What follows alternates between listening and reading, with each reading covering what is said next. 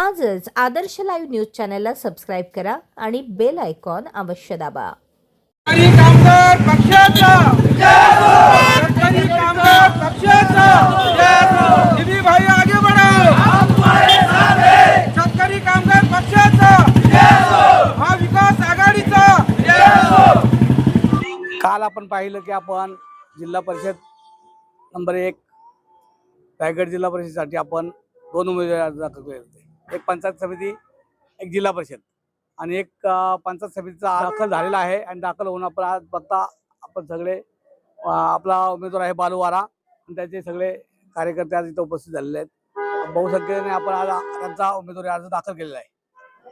आज या प्रसंगी आपण बाळू वारा यांचा चिंद्रन पंचायत समिती गण क्रमांक 2 याच्यातून उमेदवारी अर्ज दाखल केलेला आहे.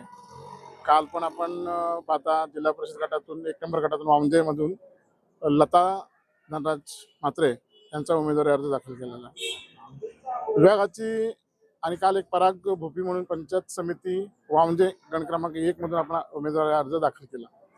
उमेदवारी अर्ज दाखल करत असताना एवढं सांगेन की वामजे जिल्हा परिषद ही एक शेतकरी कामगार पक्ष आणि महाविकास आघाडीचा बालेकिल्ला आहे.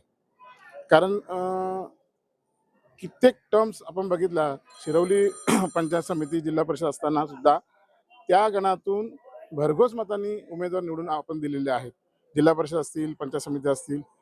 तर हे याच्या मागचं कारण एवढंच की त्या विभागात होणारी विकास कामं ही शेतकरी कामगार पक्षाने केली.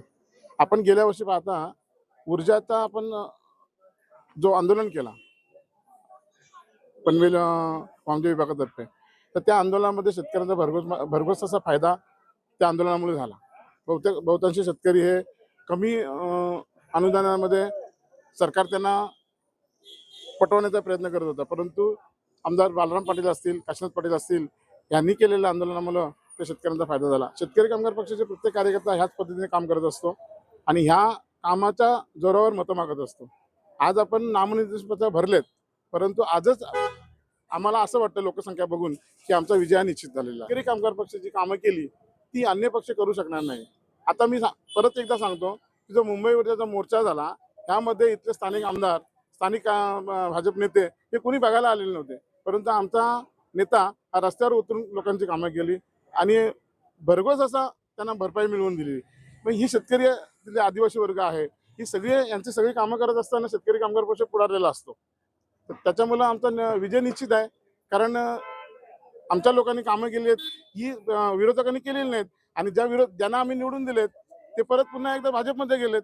3600 मतांनी एका उमेदवाराला आम्ही निवडून दिलेला होता, त्याची पुनरावृत्ती आम्ही परत एकदा या वामजे विभागातून करणार आहोत, ही तुम्हाला ग्वाही देतो.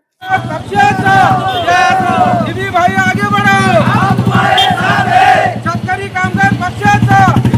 तुमचा प्रत्येक इव्हेंट आता थेट लाईव्ह यूट्यूब आणि फेसबुकवर आदर्श लाईव्ह न्यूजला संपर्क करा आणि तुमचा कार्यक्रम पोहोचवा हजारो लोकांपर्यंत.